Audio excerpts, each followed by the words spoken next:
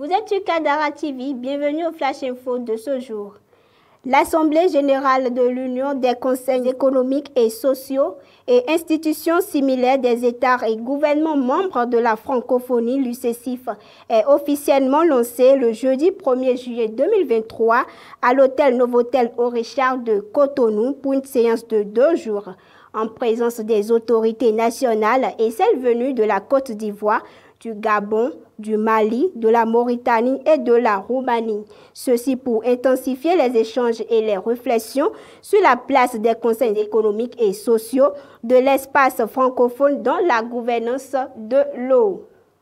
La loi des finances gestion 2023 du Bénin contient désormais plusieurs mesures incitatives à la formalisation des entreprises, à la création d'emplois salariés et à l'investissement et autres facilités en matière d'impôts. Selon l'article 148 du Code général des impôts, la réduction est accordée sur les 4 exercices consécutifs à compter de la date d'adhésion au CGA.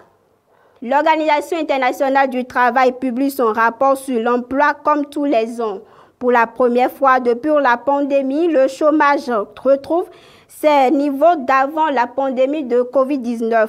L'OIT estime à 191 millions le nombre de chômeurs en 2023, 1 million de moins que l'année dernière. Mais ce chiffre cache des réalités bien différentes en fonction des régions et des pays.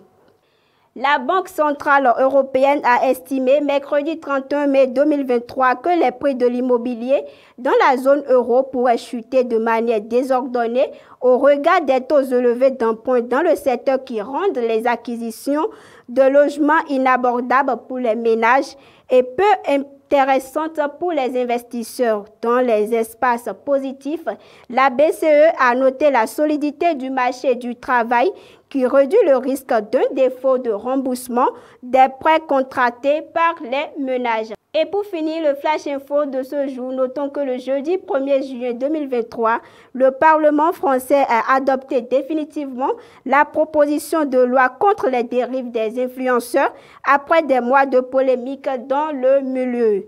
Un service sera mis en place pour contrôler les respects de ces nouvelles règles. Notons que la loi imposera également aux plateformes comme Instagram et TikTok de signaler toute dérive. Fidèles auditeurs de Kadara TV, la chaîne 100% business, c'est la fin de ce Flash Info. À demain pour un autre numéro.